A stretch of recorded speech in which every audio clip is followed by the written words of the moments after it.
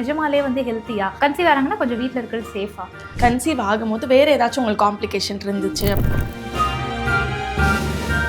உங்கள் கர்ப்பப்பை வாயோட லென்த்து கம்மியாக இருந்திருக்குன்னு சொல்லுவோம். ஸோ அந்த மாதிரி பேஷண்ட்க்கு நீங்கள் மூமெண்ட் எல்லாம் பண்ணலாம், ஹெவி வெயிட் லிஃப்ட் பண்ணக்கூடாது, ட்ராவல் பண்ணக்கூடாது, இல்லை ஸ்டெப்ஸ் ரொம்ப ஏறி இறங்க வேண்டாம், அந்த மாதிரி தான் சொல்லுவோம். தவிர ஃபுட் ஹேபிட்ஸ் நம்ம ப்ராப்பராக எக்ஸசைஸ் பண்ணாதனால இம்ப்ராப்பர் ஸ்லீப்பு, எல்லாரும் பார்த்தீங்கன்னா நைட்டு ஃபுல்லாக இன்ஸ்டா நோண்டிகிட்டே இருந்து தூக்கம் போகுது.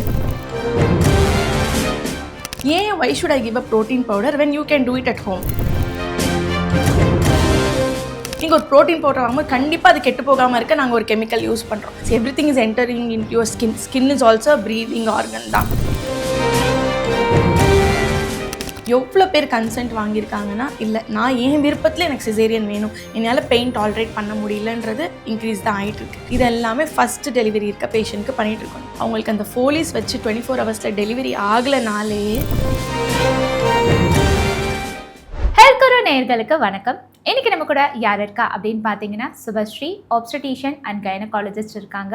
பொதுவாகவே வந்து ஃபர்ஸ்ட் டைம் ஒரு உமன் கன்சீவ் ஆகிறாங்க அப்படின்னா நிறைய பதற்றங்கள், நிறைய பயங்கள், நிறைய சந்தேகங்கள் அப்படின்னு சொல்லி நிறைய விஷயம் அவங்களுக்குள்ள இருக்கும். பட் அதை ஷேர் பண்ணுறதுக்கு ரொம்ப ஷையாக ஃபீல் பண்ணுவாங்க. ஸோ அவங்களுடைய நிறைய டவுட்ஸை தான் இன்னைக்கு இந்த இன்டர்வியூவில் மேம் கிட்ட நான் கேட்க போகிறேன். ஃபர்ஸ்ட் அவங்களை வெல்கம் பண்ணிடலாம். Hi ma'am. ஹலோ, எப்படி இருக்கீங்க? நல்லா இருக்கேன்ப்பா. So sweet of you. So almost நீங்கள் உங்கள் எக்ஸ்பீரியன்ஸில் எவ்வளோ கேஸஸ் பார்த்துருப்பீங்க மேம் இது வரைக்கும்? ஸோ 10 இயர்ஸாக ப்ராக்டிஸ் பண்ணிகிட்டு இருக்கோம்னா பர் மந்த் ஒரு 500 கேசஸ். 500 கேசஸ். அதில் எவ்வளோ நார்மல் டெலிவரி ஆயிருக்கும்?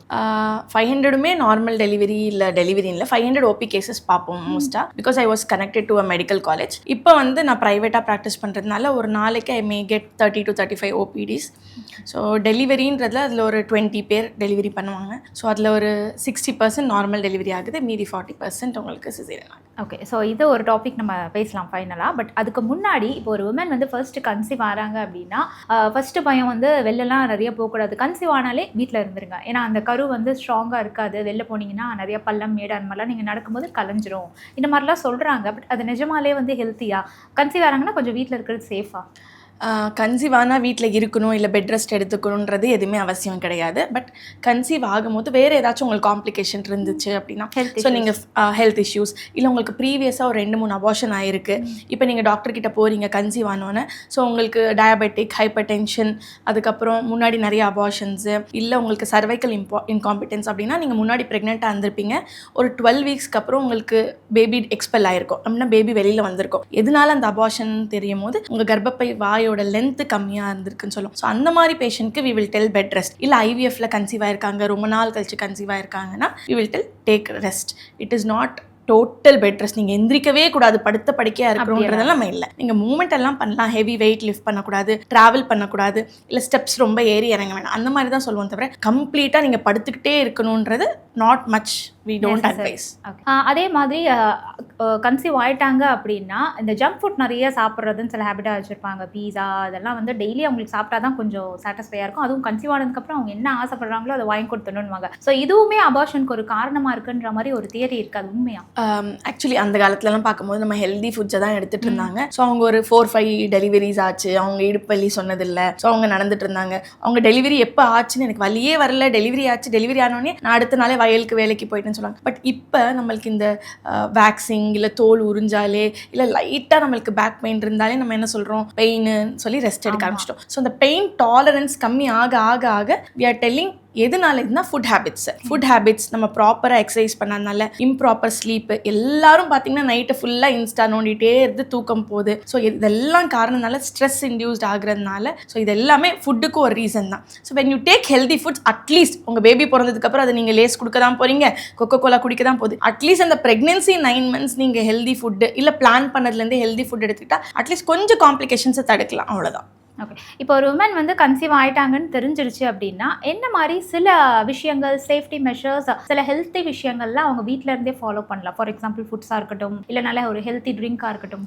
ஸோ எல்லா உமன்ஸுமே இப்போ most of the womens clinic வரும்போது என்ன சொல்கிறாங்கன்னா, பாப்பா வெயிட் கம்மியாக இருக்குது, கொஞ்சம் ஹெல்தி ஃபுட்டு சாப்பிடுங்க அப்படின்னு உடனே எனக்கு ஒரு ப்ரோட்டீன் பவுடர் சஜஸ்ட் பண்ணுங்க டாக்டர். ஏன் why should I give a protein powder when you can do it at home? So நீங்கள் முளை வச்ச பயிர், இட் இஸ் ப்ரோட்டீன். அகெயின் முளை வச்ச பயிர் சாப்பிடலாம், குட் மீட் எடுத்துக்கலாம். If you are vegetarian, take paneer, take take mushrooms, take நல்ல க்ரீன் லீஃபி வெஜிடபிள்ஸ், ப்ரோட்டீன்ஸ், மெயினாக ப்ரோட்டீன்ஸ் எடுத்துக்கோங்க. க்ரீன் லீஃபி வெஜிடபிள் எப்போவுமே நல்லது நம்மளுக்கு. So fruits and vegetables is good.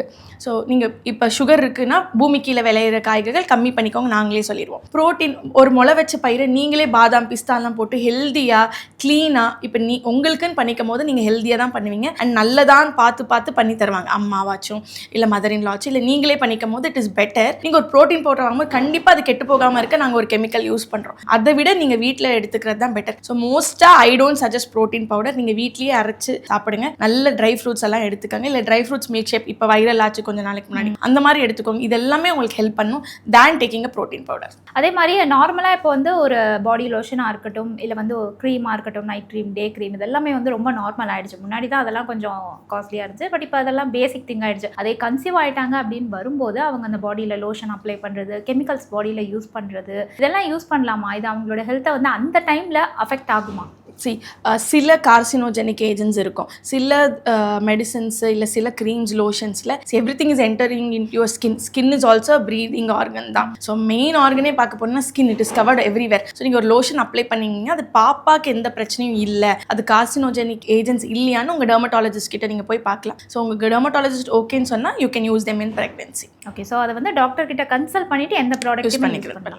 Okay, அதே மாதிரி ஸ்கின் வந்து சேஞ்ச் ஆகும்னு சொல்கிறாங்களே மேம், ப்ரெக்னன்சி ஆனதுக்கப்புறம், அதாவது டெலிவர் ஆகிறதுக்கு முன்னாடி அந்த குழந்தை வயிற்றில் இருக்கும்போதே ஸ்கின் சேஞ்சஸ்லாம் நிறைய வரும்னு சொல்லி நிறைய உமன்ஸ் கம்ப்ளைண்ட் பண்ணி கேள்விப்பட்டிருக்கேன். என்னோட ஸ்கின் டோட்டலாக மாறிடுச்சு, ட்ரை ஸ்கின்னாக இருந்தது, இப்போ சில பேருக்கு வந்து அது ப்ளஸ்ஸாக இருக்கும், ஆயில் ஸ்கின், அந்த மாதிரி சேஞ்சஸ் நிறைய வரும். அது காமனாக மேம்? கண்டிப்பாக உங்களை ஒரு ப்ரெக்னென்சின்னு எடுத்துக்கிட்டாலே ஒரு ஹேட் டு டோ உங்களுக்கு சேஞ்சஸ் இருக்க தான் செய்யுது. உங்கள் லிவர் மாற்றம் இருக்கும், உங்கள் கிட்னியில் மாற்றம் இருக்கும், உங்கள் பிளட்டில் மாற்றம் இருக்கும். ஸோ உங்களுக்கு சில பேருக்கு நல்ல ஹேர் க்ரோத் இருக்கும், சில பேருக்கு நெயில்ஸ் எல்லாம் ஸ்பூன் நெயில்ஸ்ன்னு சொல்லுவாங்க,